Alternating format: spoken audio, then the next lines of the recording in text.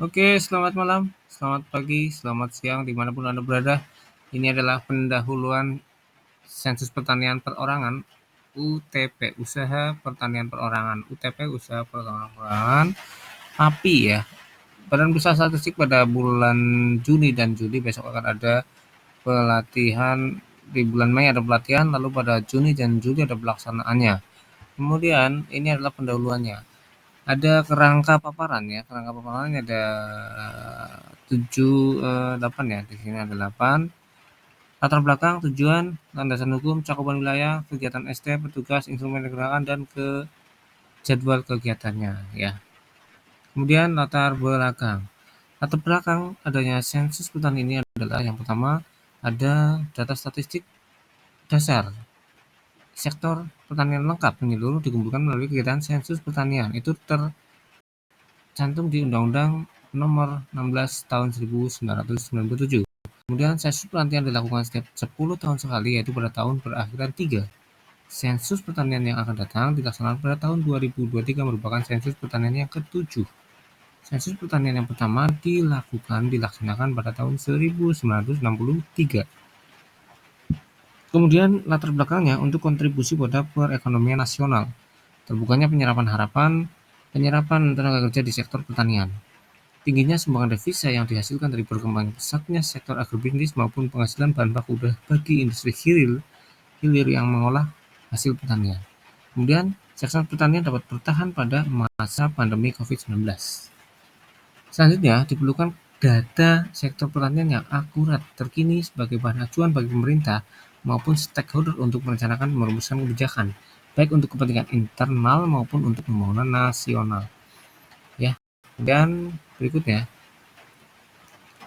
tadi latar belakangnya ya, kalau ada yang masih bingung ya nanti bisa langsung tanya di kolom komentar ya. Tujuan dari sensus pertanian ST 2023 menyediakan data struktur pertanian sampai unit-unit administrasi terkecil. 2. Menyediakan data yang dapat digunakan sebagai tolak ukur statistik pertanian saat ini. 3. Menyediakan kerangka sampel untuk survei pertanian selanjutnya. Oke. Kemudian cakupan dan wilayah kegiatan sensus pertanian 2023. Prinsip yang mendasar dari kegiatan sensus ini adalah keterjangkauannya dalam mencakup semua usaha pertanian, termasuk usaha jasa pertanian di seluruh wilayah geografis ataupun teritorial di Indonesia.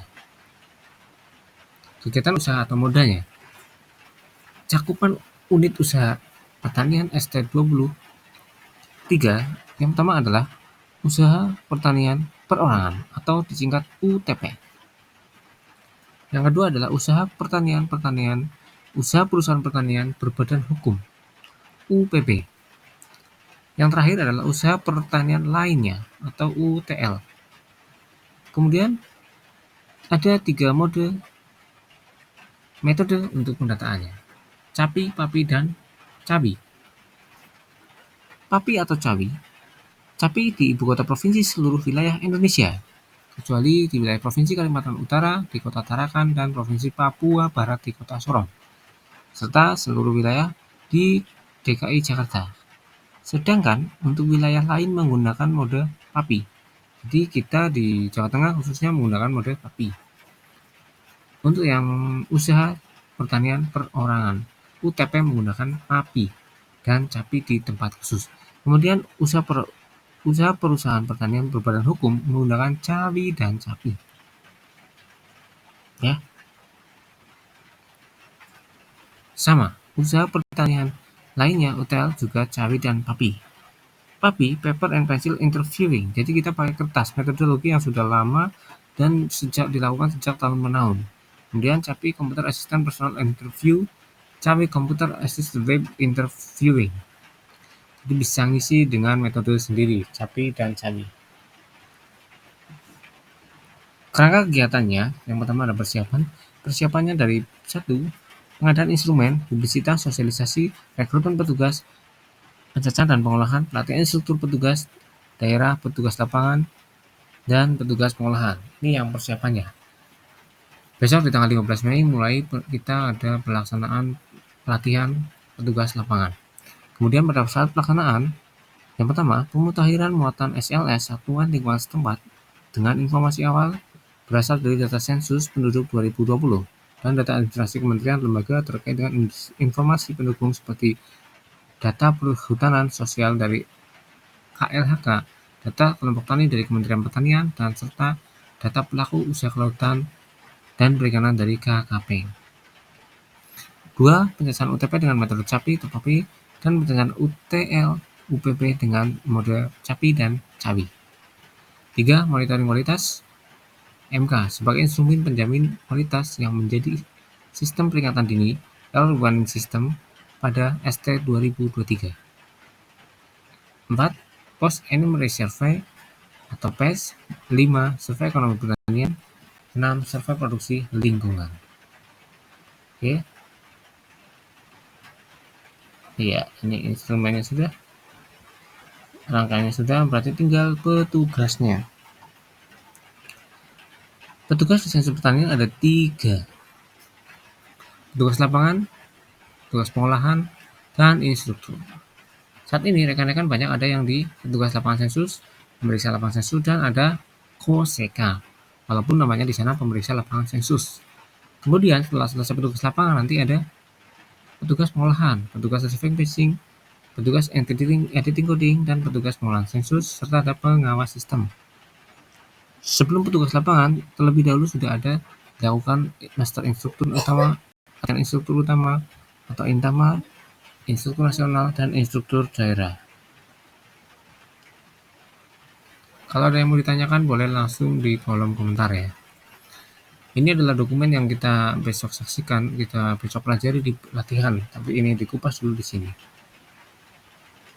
Instrumennya untuk di UTP ini ada banyak sekali. Ya, masih loading. Pertama adalah peta WS, karena kita di wilayah PAPI, ya, kita PAPI di sini ya. Kita PAPI, kita menerima peta WS tanpa informasi titik bangunan. Jadi nanti petugas lapangan menggunakannya kemudian untuk mengenali wilayah dan memetakan lokasi bangunan yang berpenghuni. Kemudian peta WA untuk petugas lapangan yang task force, khusus task force. Kemudian daftar L1 UTP door to door. Ya, petugas lapangan door to door melakukan pemutakhiran dan rumah tangga pertanian pada wilayah SLS konsentrasi. Nanti kita bahas lagi ya konsentrasi yang bagaimana.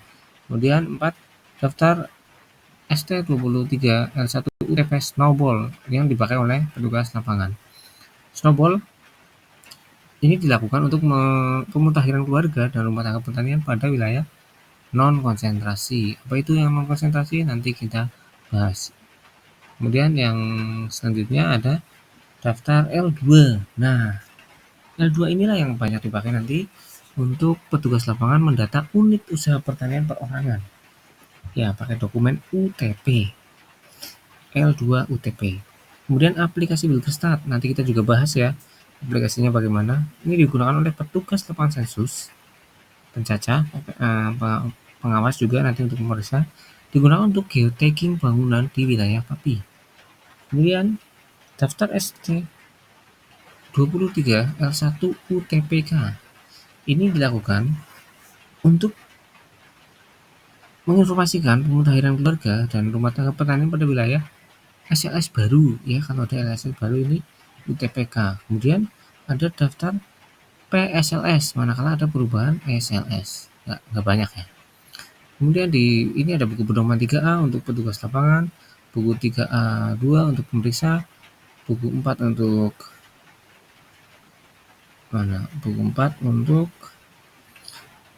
petugas pengolahan, dan buku 5 untuk instruktur nasional dan INDA. Ini adalah jadwal kegiatannya yang sekarang sudah masuk ke bulan Mei. Ini nanti ada pelatihan INDA, pelatihan petugas di minggu ke 3 atau 4 Mei, kemudian pencatatan lengkap di bulan 1 Juni sampai dengan 31 Juli. Kemudian monitoring evaluasi pencatatan lapangan tanggal Juni sampai Agustus 2023. Oke, terima kasih.